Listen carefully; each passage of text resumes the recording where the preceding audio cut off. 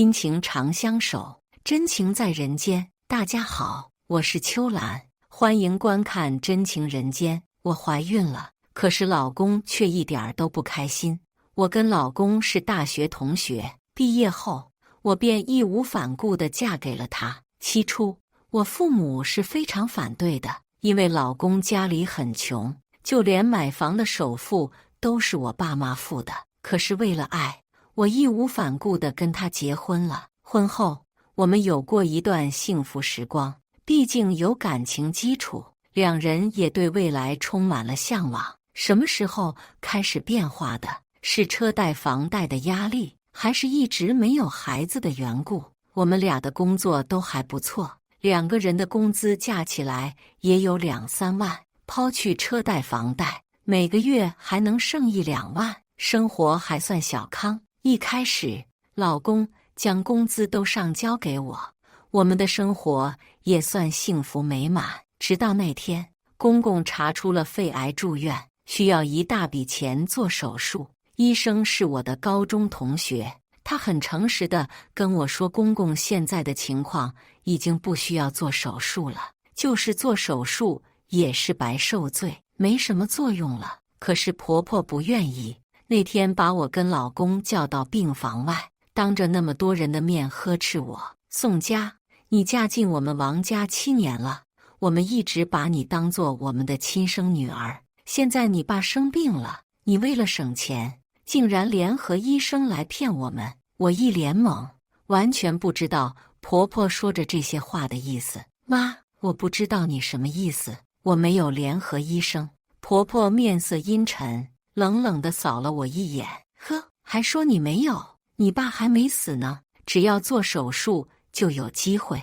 你为什么不同意让医生做手术？你不就是怕花钱吗？我告诉你，我儿子的钱就是我们的，你有什么资格做决定？我被对得哑口无言，正欲开口解释，老公却抢先一步：行了，你别说话，这是我爸，我能看着他死吗？说完，老公笃定地跟婆婆说道：妈，这个手术做，你放心，我现在马上去取钱给爸做手术。我吃惊地看着老公，明明当时医生说不用做手术的时候，老公也在，他自己打印不做手术的，结果现在却成了我不让医生给公公做手术，手术加后续的护理，零零散散需要20多万，而我们手里只有这20几万是留着以后生孩子用的。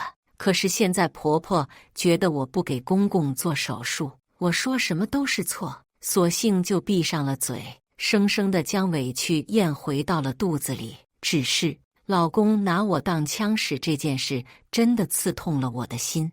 我不让公公做手术的事情很快在住院部传来，所有人看我的眼神都充满了冷漠，仿佛我就是恶毒的儿媳妇。取钱的路上，我终于忍不住地将心里的不忿说了出来：老公，医生说不用做手术的时候你也在，也是你决定不要做手术的，现在却都推到了我身上，你有想过这样会让妈恨我吗？老公一脸歉意：抱歉老婆，当时那个情况我只能这么说，那毕竟是我亲爸，总不能让他知道是我看着他等死吧。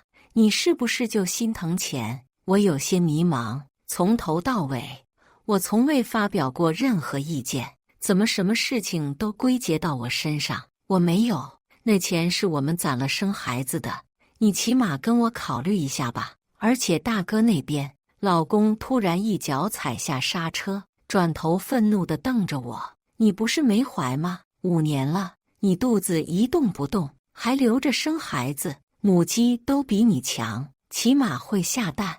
我惊恐地瞪着眼眸看着他，我完全想不到我的丈夫竟然会用母鸡来形容我，甚至将我比喻的连母鸡都不如。我没有，行了，以后我们家的事儿你不用管了。我茫然地看着他，久久没有回过神。结婚7年，最后老公却还是拿我当外人。那天我们不欢而散之后，老公开始早出晚酒，甚至当月的工资也没有再交给我。家里的车贷、房贷变成了我一个人负责，老公变得一毛不拔。老公彻底将我当做了外人，回家吃饭的次数越来越少，很多时候就是回家睡个觉，第二天等我醒来时，他已经收拾好东西要走了。我们成了最熟悉的陌生人，躺在一张床上，却没有任何交集。我也试图跟他交谈几句，可是我刚开口，他已经不耐烦了。我想过离婚，可是一想到这些年的感情，我又生生压住了这个想法。我想时间久了，老公会看到我的付出的，可是换来的却是他的越来越冷漠，甚至每晚回来，身上总是有种似有若无的香水味道。公公做手术那天，我还是从同学口中得知的。我急匆匆地赶去医院，结果就看到老公跟婆婆守在手术室门口。我正要上前，一个穿着白色连衣裙、身材姣好的女人走到老公面前，亲昵地掏出纸巾替他擦拭了一下额头的汗水。老公竟然也没有躲，任由女人替他擦拭了一下额头冷汗。强哥，别担心，叔叔一定会没事的。老公对女人笑了笑，麻烦你跟着我跑了一趟。微微，如果不是你，我爸的手术没可能这么快进行。女人亲昵地坐在老公身旁，温柔地笑着。强哥，这都是我应该做的，最重要的是叔叔没事。看着两人举止亲密的模样，我心里有种不祥的预感，随即快速地走了过去。妈，老公，爸怎么样了？看到我来，婆婆直接朝着我冷哼一声，脸上的厌恶没有丝毫掩饰。老公也是冷脸看着我，你来干嘛？毕竟有外人在。我强装着镇定，正准备坐下的时候，老公身旁的女人突然站起身，朝我伸出手。你就是佳佳姐呀，强哥经常跟我们提起你。你好，微微姐，我是徐薇，你可以喊我微微姐。哥，我嘴角抿了抿。你好，如果你不介意，可以喊我一声嫂子。女人表情淡然，满脸笑意。佳佳姐，你别怪阿强哥，叔叔身边。阿强哥只是有些担心。听着女人的话，我不由冷冷一笑。她好像把自己当做了这个家的女主人。我自己的老公什么样，我能不清楚吗？我怎么会生气？听了我的话，老公不耐烦地呵斥道：够了！老公一把抓住了微微的胳膊，将她拽住，坐在自己的身旁。你跟她有什么好说的？这种冷血的女人什么都不懂。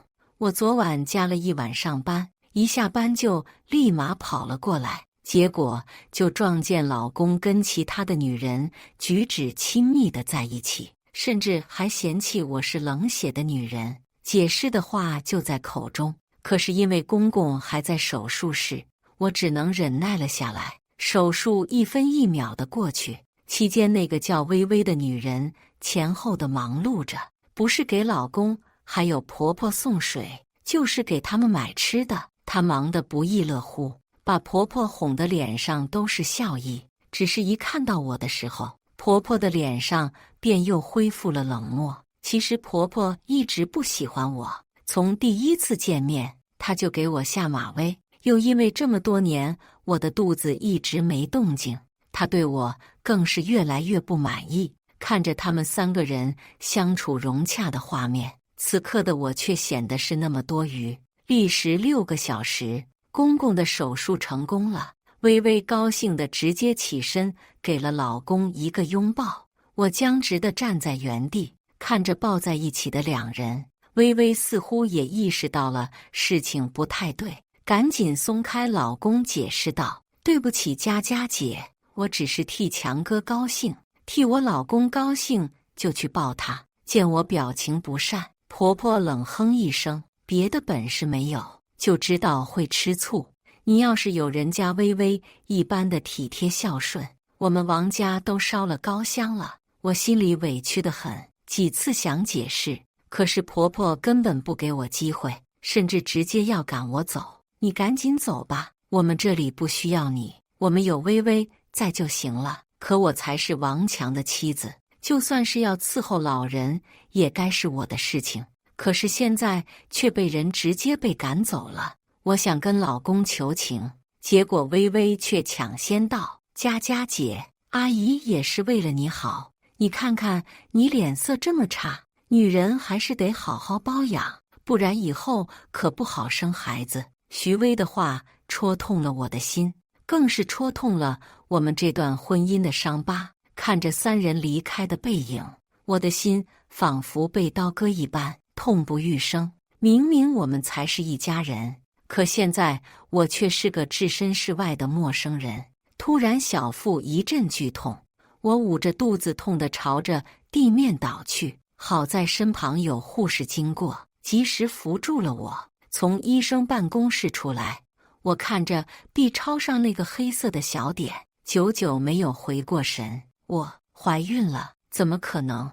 泪水顺着眼角滚落，一滴一滴地砸在手背上，滚烫。7年来，我跟老公试了很多种方法，不管中医还是西医，结果都没用。这1年来，我们都快放弃了。这个孩子却在此时突然而至。只是这个孩子来的真的是时候吗？正在我慌神时，一道手机铃声响起，将我唤醒。喂，老公，我话没说完，老公直接劈头盖脸的话就砸了下来。宋佳，你死哪里去了？爸刚做完手术，你就跑了？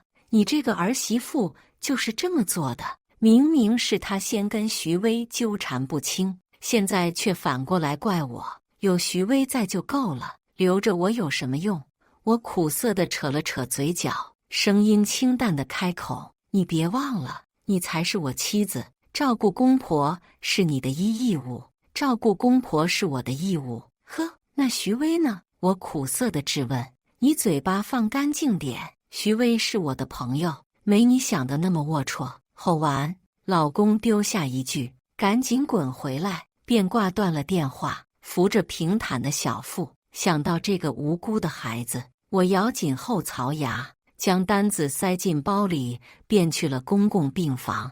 一连3天，我一边工作着，还得1日3餐的给公公婆婆送饭，而老公每天下午都会跟徐薇结伴而来。就连医生护士都觉得老公跟徐薇才是两口子。我身体不好，刚怀孕那段时间，我孕吐得很厉害，几乎吃多少吐多少，身体很虚弱。即便这样，老公却依旧没有丝毫的疼惜，甚至他说孩子是我自己愿意要的，任何代价都让我自己负责。明明曾经我们都很渴望孩子的到来，所以结婚这些年我们一直都在努力。可现在我终于有了孩子了，老公却一点不期待，因为老公不往家里交钱。为了生活，我只能强忍着身体的不适继续上班，就连同事都心疼我，可老公却不愿看我一眼。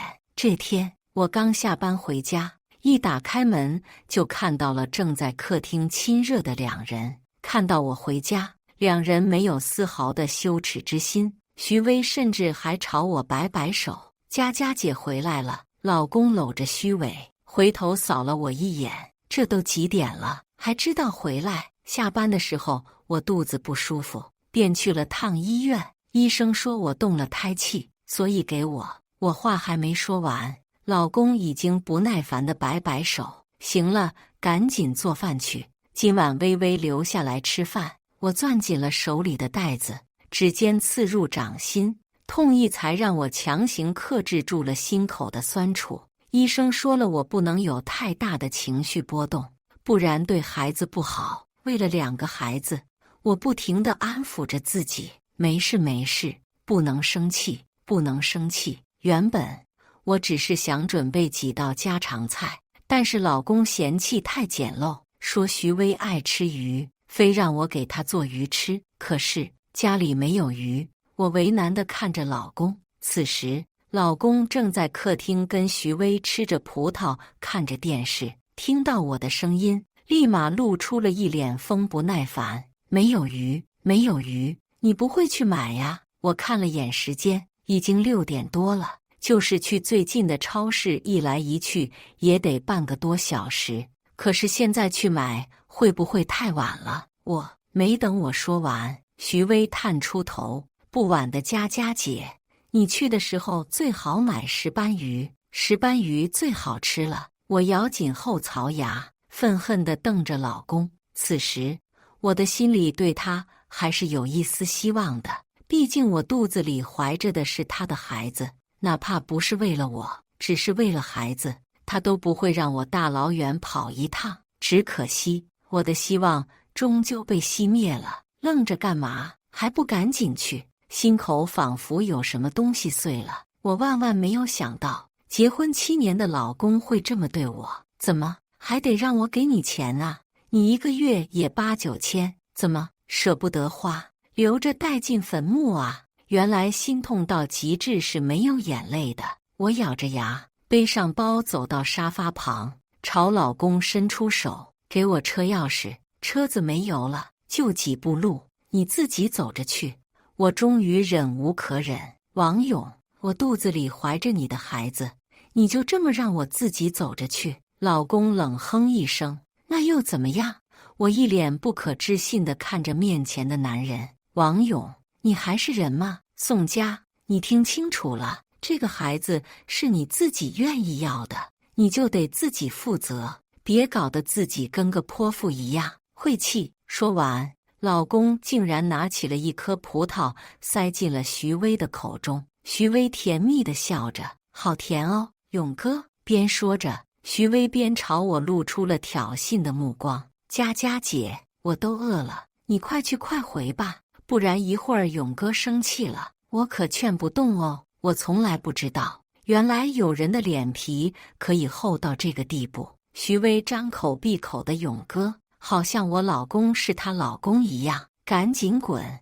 我不知道自己是怎么走出家门的。等到我意识到身体不适的时候，人已经倒在了马路上。是过往的路人将我送来了医院。孩子没了，而我本来就难受孕，以后恐怕更难了。我醒来，看着空荡荡的病房，如死灰一般的心再也翻不起了一丝的波澜。原来真的有哀莫大于心死。护士来病房，让我通知家属，可是我拿着手机却找不到可以拨打电话的人。最后没有办法，我只能将电话拨给了老公。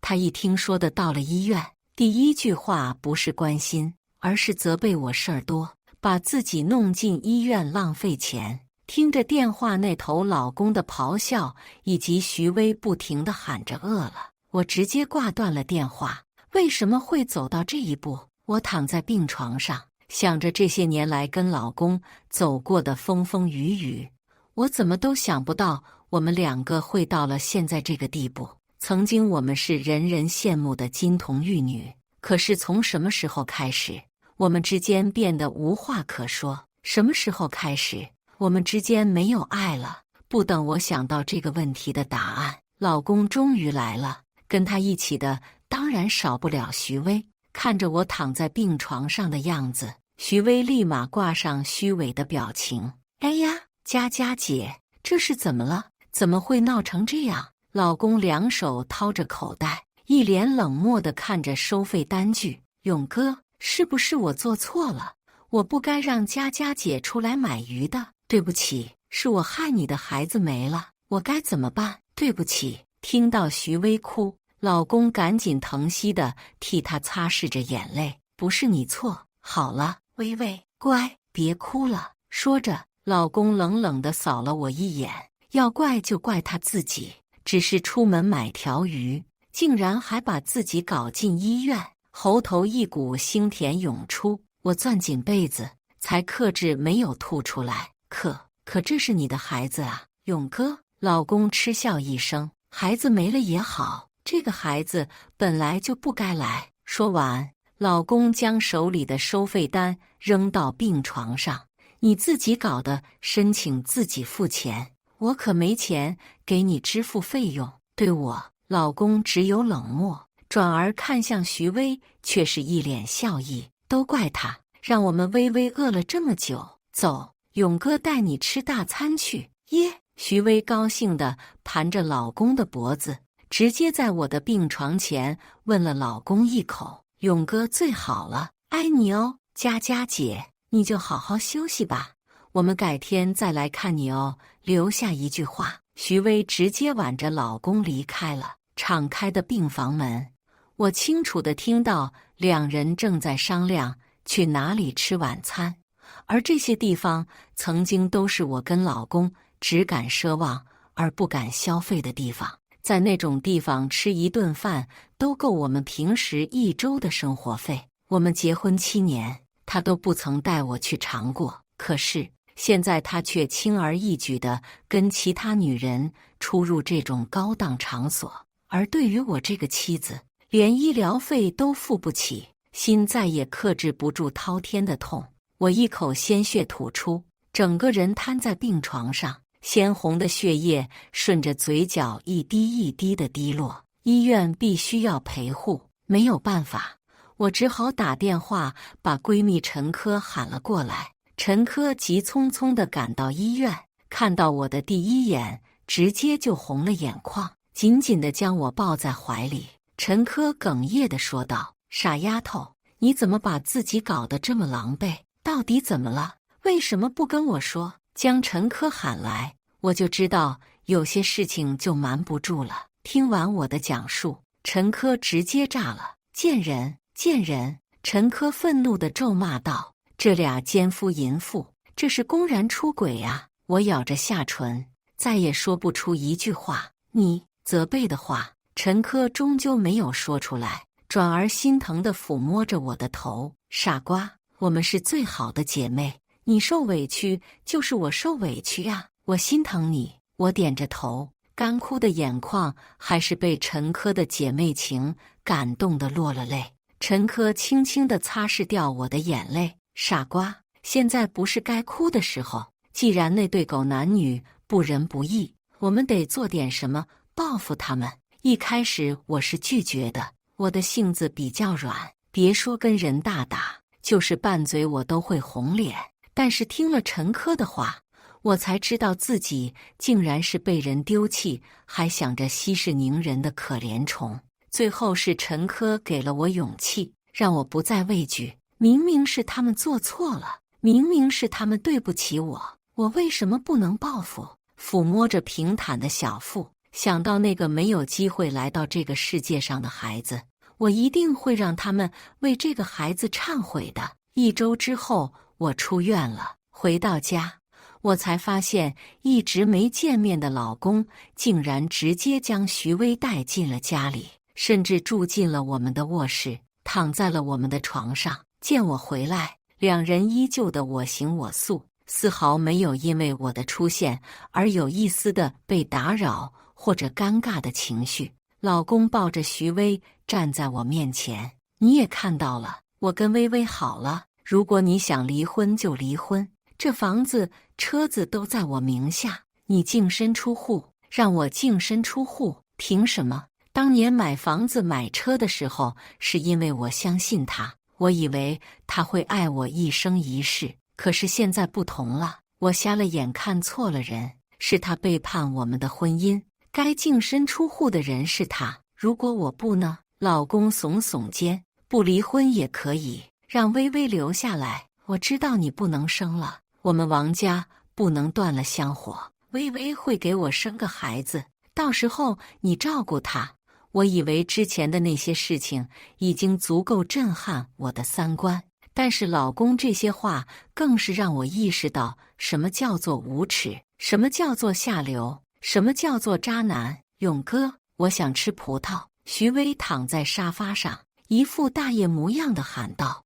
王勇正在书房忙着敲代码，本来就烦躁，听到徐薇的声音便走了出来。我正躺在床上休息，流产之后，我整个人都跟虚脱了一般。见我躺床上休息，王勇便直接喊道：“宋佳，你聋啊？没听到薇薇说要吃葡萄吗？”我烦躁地坐起身，冰箱里有，那你还不去洗？王勇，我刚刚流产，你让我去给他洗葡萄，你还是人吗？我刚刚给他流产了一个孩子，他却让我给小三洗葡萄，赶紧去，不然你就滚！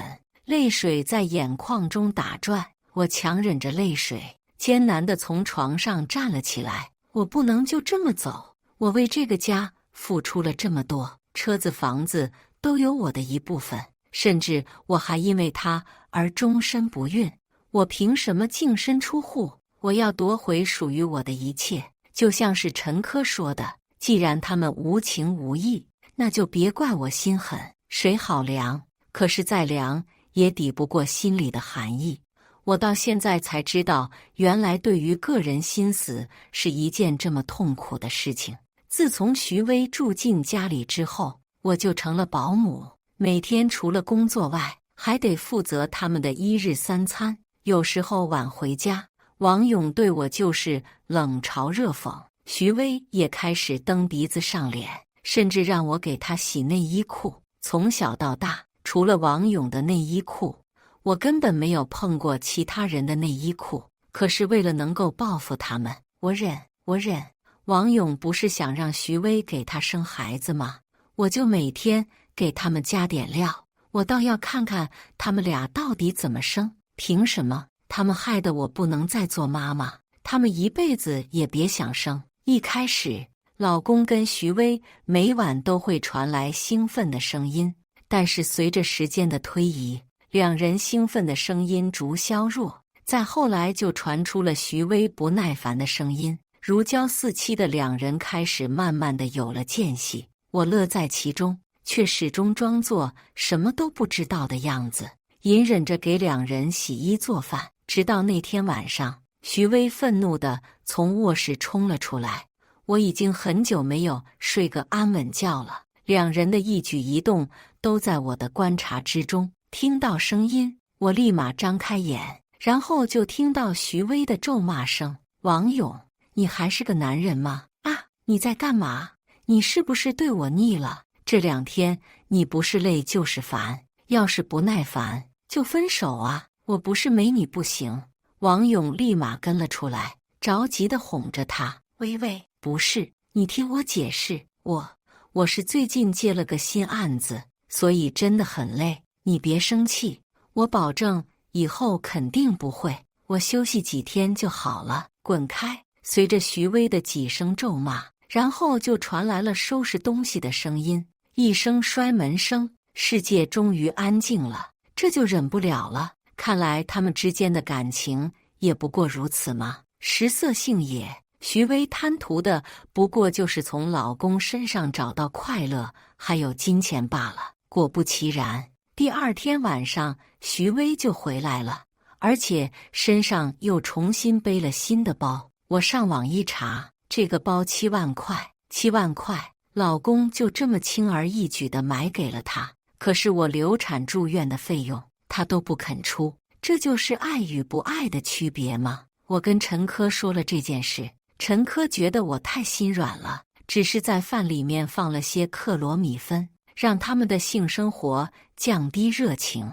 你下次直接放老鼠药好了，让这对狗男女一起去死好了。陈科恶狠狠地说道。我无奈地叹了口气：大姐，那是犯法，我为了一对狗男女把自己搞进去，也对。陈科点了点头，不值得。我思来想去，对了，科科，我记得你是不是有个朋友是私家侦探？私家侦探不算，顶多算个狗仔，那也行。你帮我约一下，让他提前查查王勇跟徐薇，我得换个策略。陈科点头，好，你放心，我让他处理。很快，陈科朋友那边就来了消息，原来徐薇是个交际花，而老公已经是她数不清的众多男人中的一个。这些年，她靠着跟各个男人在一起捞了很多钱。姐，这个徐薇段位很高，短短半年从你老公身上搜了50多万。听着私家侦探的话，我惊讶出声，不可能，我们家有多少钱，我还是有数的。上次公公住院已经花了20多万，老公手里顶多有个10万块，更别说他刚刚给徐薇花7万块买了个奢侈品包包。姐，你是不是不知道你老公到底有多少钱？我调查的时候发现，他最近可是刚刚买了套房子啊，大平层，最近正在装修呢。房子？怎么可能？我怎么不知道他什么时候发大财了？而且如果他发财了，怎么不给婆婆生活费？前段时间婆婆还打电话要钱，说老公已经3个月没给他们生活费了。我冷笑一声，原来老公对我从来就没有实话。我一直以为老公1个月只够1万块，但是没想到他竟然还有私房钱。我给他还着房贷车贷，结果他自己留着钱买楼买包，还养着小三。越想越觉得自己不值得，7年青春都喂了狗。姐，我看你老公的这个资金来源不太对啊，你要是想要更多资料，我可以继续给你查。好，我重重点头，我倒要看看王勇到底还有多少事情瞒着我。回到家，老公正在跟徐薇正要出门，两人打扮得光鲜亮丽，尤其是老公，那叫一个神采飞扬。佳佳姐，你回来了。徐薇眉眼飞扬地跟我打着招呼。对了，桌上有份协议，你签一下。说完，老公带着徐薇便离开了。客厅放着一张离婚协议，而上面离婚理由是因为我不孕是过错方，所以要净身出户。不孕？我是怎么不孕的？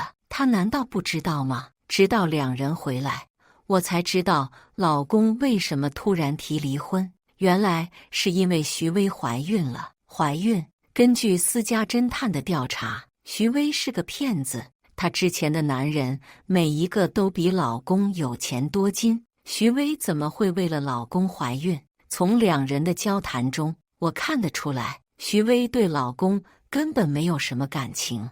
而且这段时间，我一直在给两人的饭菜中添加克罗米芬，两人已经很久没有同房过了。徐薇怎么怀孕的？我赶紧打了电话给私家侦探，让他调查徐薇去的医院。拿到结果后，我立马去了医院。我以徐薇姐姐的身份询问了医生，却告知徐薇根本没有怀孕。原来如此，徐薇怀孕真的是假的。我是拿不到检查单，但是私家侦探有办法。当天下午，他就将徐薇真实的调查报告发给了我。趁着两人不在家，我偷偷将检查单放在了徐薇的枕头底下，然后便出门去了。我说我需要静一静，离婚的事情我会考虑。老公一心想着要娶徐薇，听我这么说，他便爽快答应了。回到陈科的住所，我便打开了监控，准备看戏。为了搜集证据，我早在家里安装了针孔摄像头。没想到今天有这么一出好戏看。两人一番云雨过后，徐薇去洗澡，王勇享受的翻身，突然就摸到了枕头下的病历。看到病历，王勇确定了徐薇没有怀孕，便直接冲进了浴室。虽然只有声音，但是听得出来两人闹得不可开交。陈科在一旁吃着薯条，喝着可乐，高兴得不得了。好了，我无奈地看着陈科，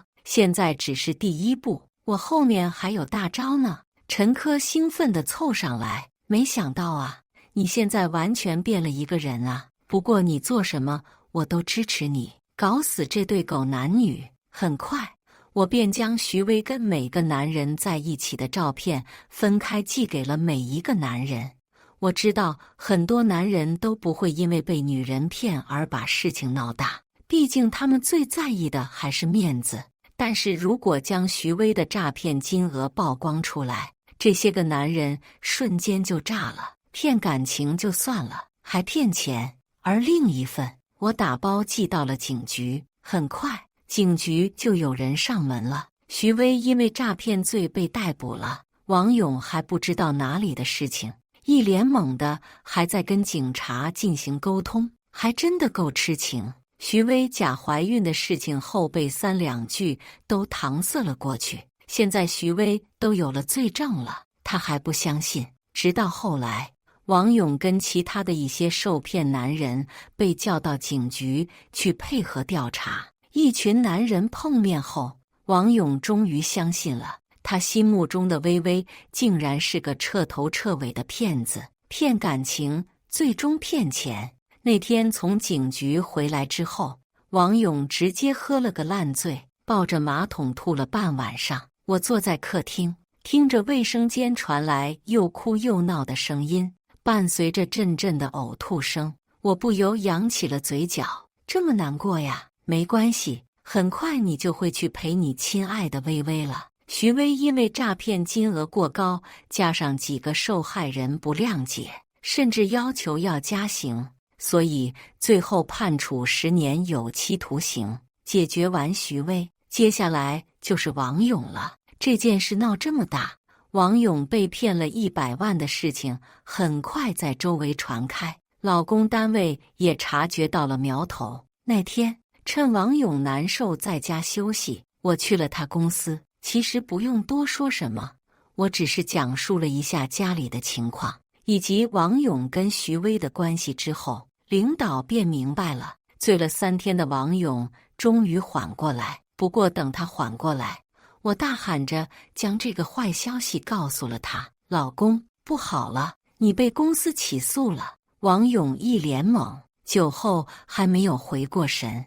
我怎么了？为什么起诉我？我摇摇头，貌似是因为什么挪用公款。老公眼眸一颤，立马翻身起了床。不行，我跑路了。老公收拾好东西就要走，在他出门之后，我立马就拨打了110，将王勇要逃走的事情告诉了警察。见他离开，我在身后追问道：老公，你要去哪里呀？到底怎么了吗？从徐薇出事后，老公终于正眼看我，佳佳，我出了点事情，必须得离开，你千万别告诉警察，听到没有？我一脸懵。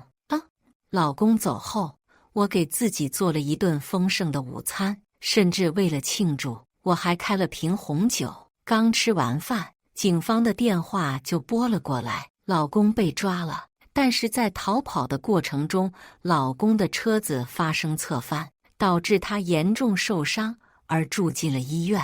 我赶到医院时，手术还在继续。等待的过程中，警方那边来了好几拨人，全部都在询问老公的情况，对我表示慰问。我抹着眼泪，装出一副难过的样子，可是心中却在暗自放起了烟花。手术结束，老公脊椎受伤，老公可能会成为瘫痪。1个月后，老公出院，同时也收到了法院的传唤。最后，老公以挪用公款被公司状告，然后判处7年有期徒刑。审判结果出来的时候，我成为了所有人同情的对象。我捂着嘴，装出一副受伤的模样，因为我怕会不自觉地笑出声。